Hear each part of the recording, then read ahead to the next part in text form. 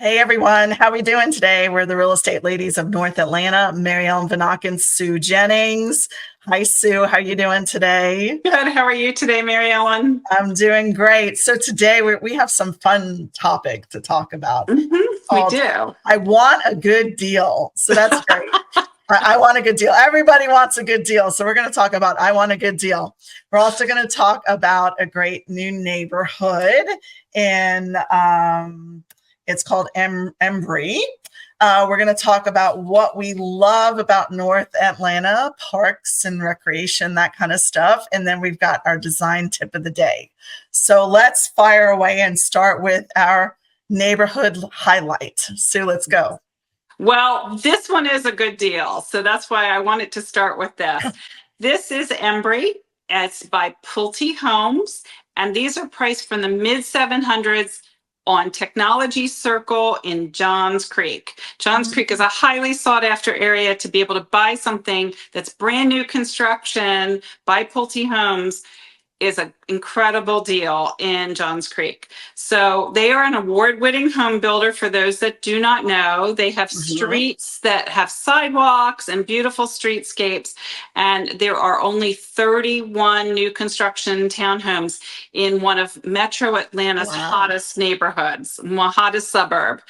And the thing that's really hot about Johns Creek is that it's located in the Technology Park area where a lot of people do live, work, and play. There's green space, there's pocket parks, and there are paths that go all through this whole area because it's a mixed use park. And it's conveniently located to highways and to great schools. So what's really nice is that they are building like a Johns Creek mixed use center in this area, which is going to be featuring restaurants and shops and entertainment, much like Halcyon and Avalon and Alpharetta. And like I said before, the school system is highly esteemed. There's great proximity to retail, dining, entertainment, major employment hubs. The technology park, for instance, is 1,900 acres and employs a lot of people. So you can, take an 8 to 15-minute walk and you can end up at Lifetime Fitness, Six Bridges Brewing, which I have been to, and it is a lot of fun to go there. Burger 21, Moe's, Seven Sisters Kitchen, Alessio's, and more. It's Johns Creek, by the way, was featured in Money Magazine in 2019 as one of the best places to live. And it's right off of Highway 141. Georgia 400 is only a few minutes away. Peachtree Industrial is a few minutes away. And you can use Highway 120 to get to I-85 to get north and south or down into Atlanta. And it's just, a great hub to be living, working, and playing in. Yeah. And also one more thing about Johns Creek is they have medical. They have medical buildings and medical hospital and all that kind of stuff. So you have all the medical there too. So sometimes Embree has a hospital there that's about 500 beds. It's an excellent hospital. It's relatively new. It's only a couple years old, and they've already built a piece onto it because it's growing at such a rapid pace. Yes, definitely. Definitely. All right. So thank you for that information. So that's like the deal of the day. So let's talk about I want a good deal. Now that can mean so many different things to so many people. So what are we going to chat about today that might help people? Well, when I have a client that says to me, I want a good deal, the first thing I want to find out is what is my client's knowledge of the market? Like, what do they know? What do they know about the national economy versus the local economy that can affect them for the better or the worse? And, just because you're paying below or above even sometimes asking price doesn't mean that it's not a great deal.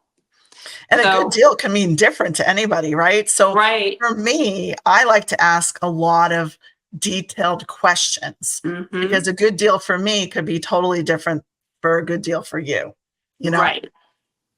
Right. And, that's where using a professional like Mary Ellen and myself is really important because we know the market. We, know the area. We know the different towns, and we can compare one town to another, so that you understand thoroughly what types of properties maybe are in those areas. And so that you understand the proximity of, those areas to shopping, to schools, to your commute to work. Yeah. And that, what the market is like in those different areas. Right. And I think when people think I want a good deal, they always think of like foreclosures. Like they always think of stuff like that. And I'm just like, okay, like, and how much money do you have to take care of a house or redo it? Because that's what you're going to get with a foreclosure. You're not going to find a foreclosure that is move-in ready. It's just not happening. Right. What people fail to remember with a foreclosure is it went into foreclosure because the owner wasn't making the mortgage payments, which also tells me that the owner wasn't maintaining the home. They weren't having the HVAC systems repaired and serviced. They weren't paying attention to the leaky roof or the clogged gutters. They weren't looking at the plumbing issues in the home and the structural issues of the home. So foreclosures can really not be a great deal. Yep. And can actually cost you a lot of money and time in repairs. Sure. The other thing that I talk to clients about when they say they want a good deal is I try to understand what they know about the financial aspects of the transaction. Right. So do they understand the, how mortgages are structured and how much money you really should be putting down on a mortgage to get the best possible pricing, for instance, because that's cash. I mean, cash is what repays your loan here. But if you're not going to be putting down, 20%, you need to understand the implications of, the fees associated with a non-conventional mortgage. And so, there's a lot of different variables that come into play here with understanding the finances. Yeah. And also people like, I want a good deal. Is this a good deal for your primary home or an investment home? And you have to understand that depending on your credit, depending on if it's a primary home or investment home, interest rates are going to be totally different. So make sure you're seeking out to a professional lender to, this is my goal and this is what I want to do. This is what my mortgage rate's going to be. This is what my payment's going to be. Right. I think in general, when somebody says to me, I want a good deal, it's really important to understand what they mean and to listen to what they want and what their needs are. Does that mean getting the home under market value? Does that mean staying within a certain price point in a certain location? Does that mean negotiating a lower offer off the sale price of the property? Right.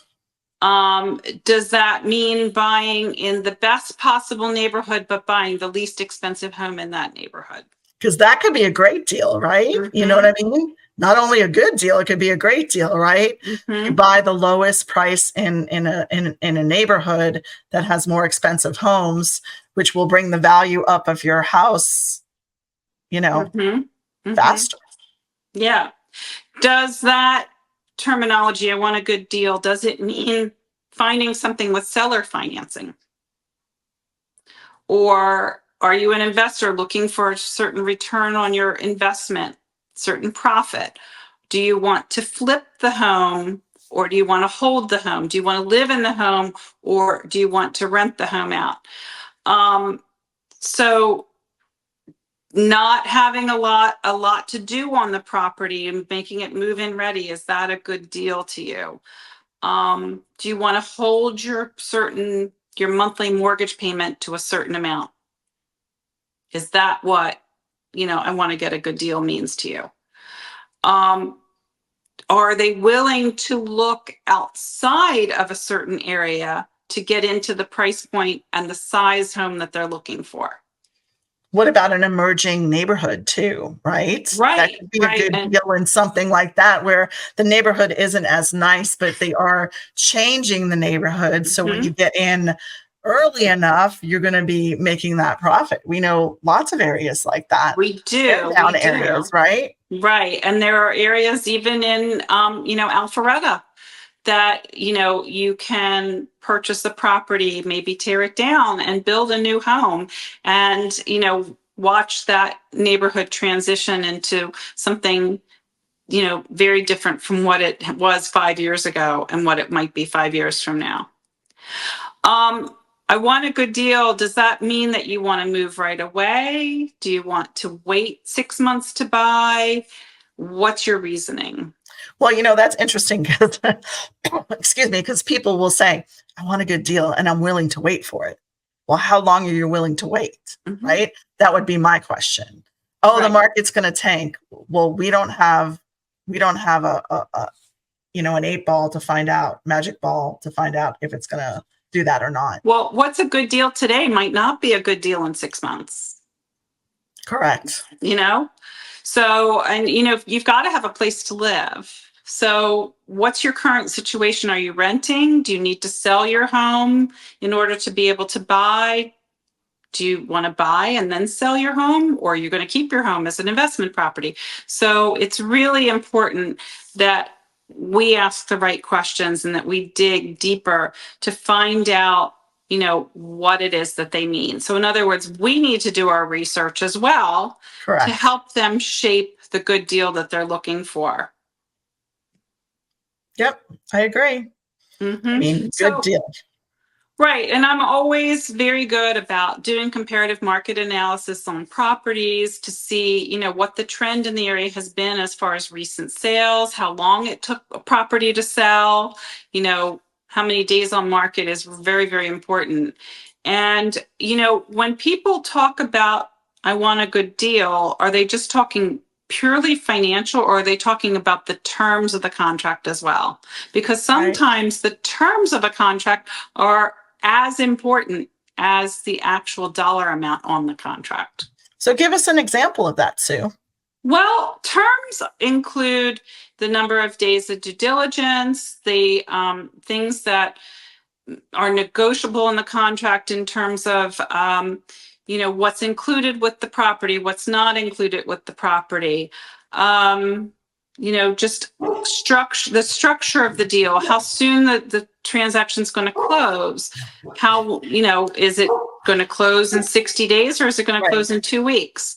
So terms can mean a lot also, Oh, not I agree just the dollar 100%. amount. It The could be amount like, of earnest money somebody's going to put down is a term that's very, very important. yeah. Hmm. A Hmm. deal could mean anything. It could be like, I want to be in there in 2 weeks, right? So yeah, I agree. Hmm. So also when you're looking for a good deal, I think it's important to have a strategy of what it is that you're looking for. Do you want to look at homes that have been on the market over a certain period of time? Or, maybe you thought was an overpriced listing and that's why it was sitting there. So maybe, Mhm. the price should actually be lower on that home.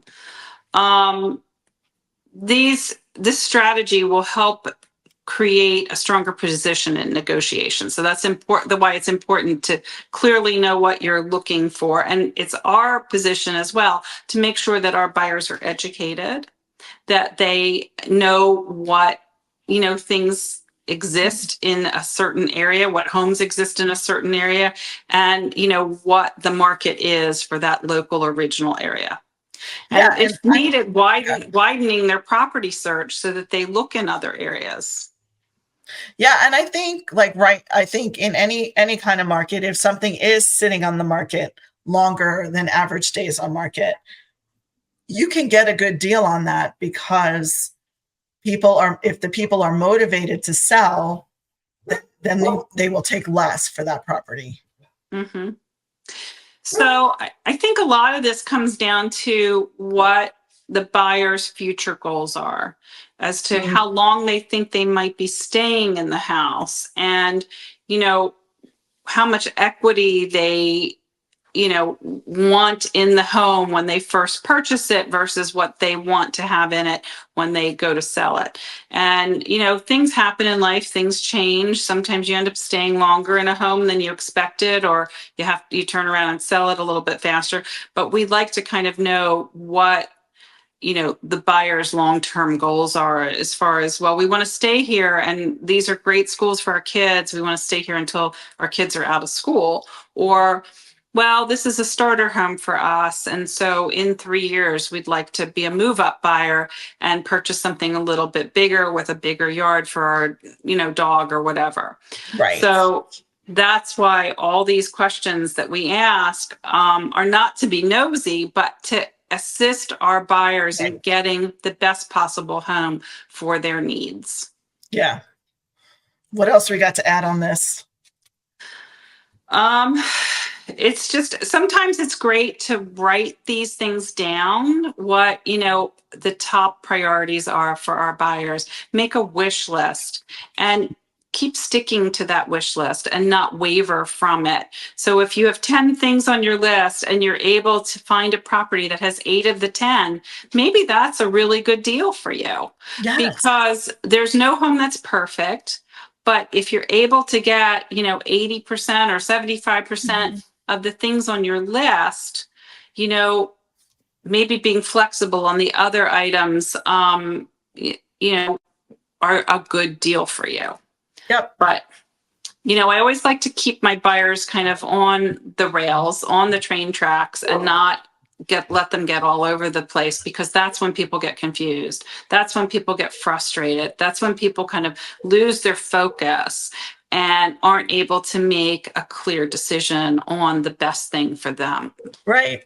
Right. Mm-hmm. So it's just like anything else. I think I want a good deal is so different to so many different people. So I think having a plan, number one, have a plan of what is a good deal to you, and then reaching out to your professional and saying, I'm looking for this. And some people will be like, I'm looking for this diamond. This is exactly what I'm looking for. And I'm not going to move until I find it.